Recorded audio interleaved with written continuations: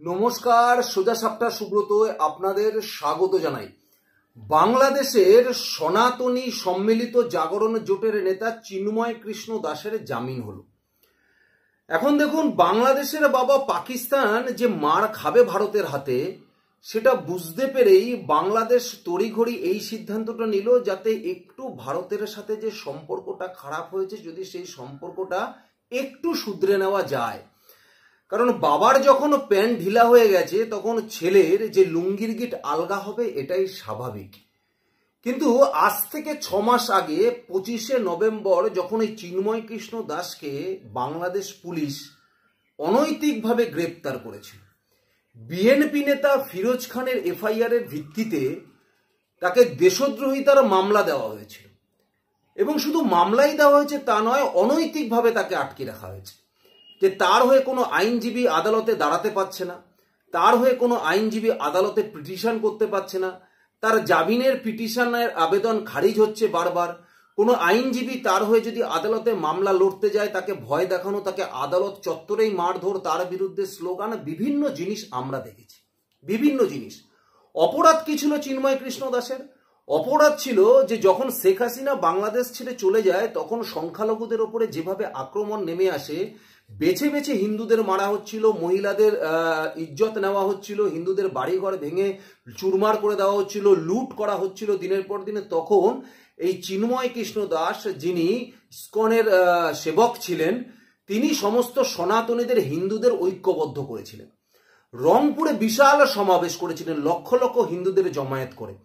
তিনি হিন্দুদের মাঝে এই উপলব্ধি ঘটাতে চেয়েছিলেন, এই বাংলাদেশ আমাদের দেশ, আমাদেরই রক্ষা করতে হবে।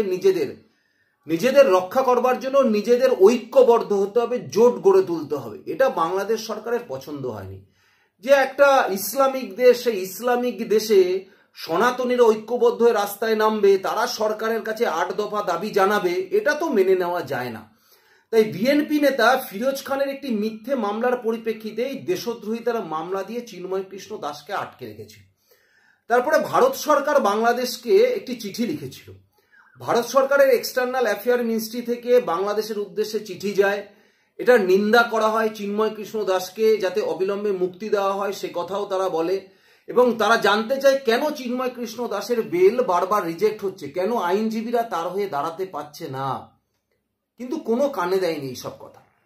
তার সাথে সাথে বাংলাদেশের এক্সটার্নাল অ্যাফেয়ার মিনিস্ট্রি থেকে বলা হয় যে যেখানে ওখানে সংখ্যালঘুরা অত্যাচারিত হচ্ছে, বাংলাদেশ সরকার আপনি কি করছেন, সেই সংখ্যালঘুদের নিরাপত্তা দেওয়ার দায়িত্ব আপনাদের, সংখ্যালঘুদের নিরাপত্তা দিন। কিন্তু কানে যায়নি, কারণ তখন বাপ পাকিস্তান উস্কানি দিচ্ছে, বিরাট উস্কানি। এমনকি বাংলাদেশের সেই সময় দাঁড়িয়ে যারা মুক্তিযোদ্ধা ছিল, যারা ভারতের আর্মির সাথে কাঁধে কাঁধ মিলিয়ে রাস্তায় নেমেছেন, তাদেরকেও কিভাবে হেনস্থা করেছে দেখেছি।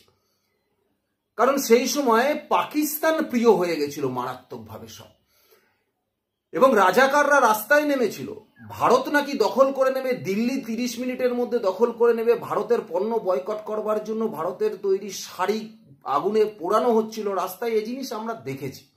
ভারতের পতাকাকে অপমান করা হয়েছে, পায়ের তলায় মারিয়ে যাওয়া হয়েছে, এগুলো আমরা দেখেছি। কিন্তু তখনও হুঁশ আসেনি বাংলাদেশের, ভাবছিল পাকিস্তানের হাত তো আমাদের ওপরে আছে। এমনকি শেখ হাসিনা নিজে তার এক্স হ্যান্ডেলে বলেছিল যে অনৈতিকভাবে চিন্ময় কৃষ্ণ দাসকে আটকে রাখা হয়েছে, এর পরিণতি কিন্তু ভয়ঙ্কর হবে, এটা ঠিক হবে না, তাই অবিলম্বে চিন্ময় কৃষ্ণ দাসকে মুক্তি দেওয়া হোক। কিন্তু শোনেনি। এমনকি ভারতকে বারবার জিজ্ঞাসা করছিল কেন শেখ হাসিনাকে আশ্রয় দিয়েছে, শেখ হাসিনাকে ছেড়ে দিক, আমরা আমাদেরটা বুঝে নেব। বিরাট গরম দিচ্ছিল তখন, বিরাট গরম। কিন্তু এখন বুঝতে পারছে যে যার উস্কানিতে বাংলাদেশ এটা করছিল, তারাই টাইট হয়ে গেছে। এখনো প্রধানমন্ত্রী, এখনো ভারতীয় সেনাবাহিনী, নৌবাহিনী, বিমান বাহিনী মার শুরু করেনি।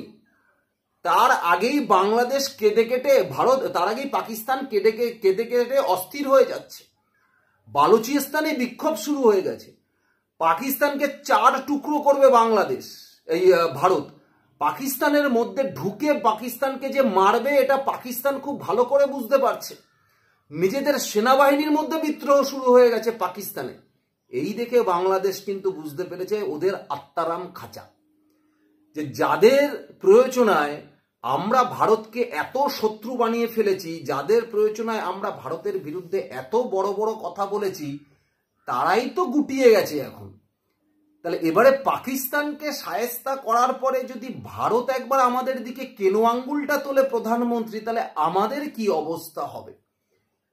আমাদের কি অবস্থা হবে? কারণ পাকিস্তান মিনিস্ট্রি থেকে গতকাল রাতে বলা হয়েছে 24 থেকে 36 ঘন্টার মধ্যে নাকি ভারত তাদের উপরে আক্রমণ করবে। এই শুনেই বাংলাদেশের অবস্থা ভাবছে পাকিস্তানের উপরে যদি 24 থেকে 36 ঘন্টার মধ্যে আক্রমণ শুরু হয়, তাহলে ভারতের সাথে আমাদের যা সম্পর্কটা এখনো দাঁড়িয়েছে, পরে আমাদের কি হয় না হয়। চলুন চিন্ময় কৃষ্ণ দাস মহাপ্রভুকে জামিন দিয়ে অন্তত ভারতের কাছে এই বার্তাটুকু দিই যে দেখুন, আমি চিন্ময় কৃষ্ণ দাস মহাপ্রভুর জামিন দিয়ে দিয়েছি। এখন আপনি মহাশয় প্রধানমন্ত্রীজি অত রাগ আর আমাদের উপরে রাখবেন না, একটু আমাদের উপরে দয়া করুন, একটু রাগ আমাদের উপরে কমান। কারণ আমরা ভুল করে ফেলেছি, পাকিস্তানকে বাপ মনে করে ভেবেছিলাম পাকিস্তান আমাদের রক্ষা করতে পারবে, কিন্তু পাকিস্তানই এখন লেজে গোবরে পালানোর জন্য ব্যস্ত, মার খাওয়ার জন্য তৈরি ওরা। আমাদের আর কি প্রোটেকশন দেবে? আপনাদের সাথে বিরোধ করে অন্য অন্য সব জায়গায় ঘুরে দেখেছি, কোথাও আমাদের আশ্রয় দেয়নি, সবাই লাথি মেরেছে। পাকিস্তানের আশ্রয়ে ছিলাম কোনো রকমে, এবার আপনারা আমাদের একটুখানি বাঁচান, আমাদের একটু দেখুন, এতটা খারাপ আমরা নই, এই করে প্রধানমন্ত্রীর কাছে আসলো বলে পায়ে ধরল বলে।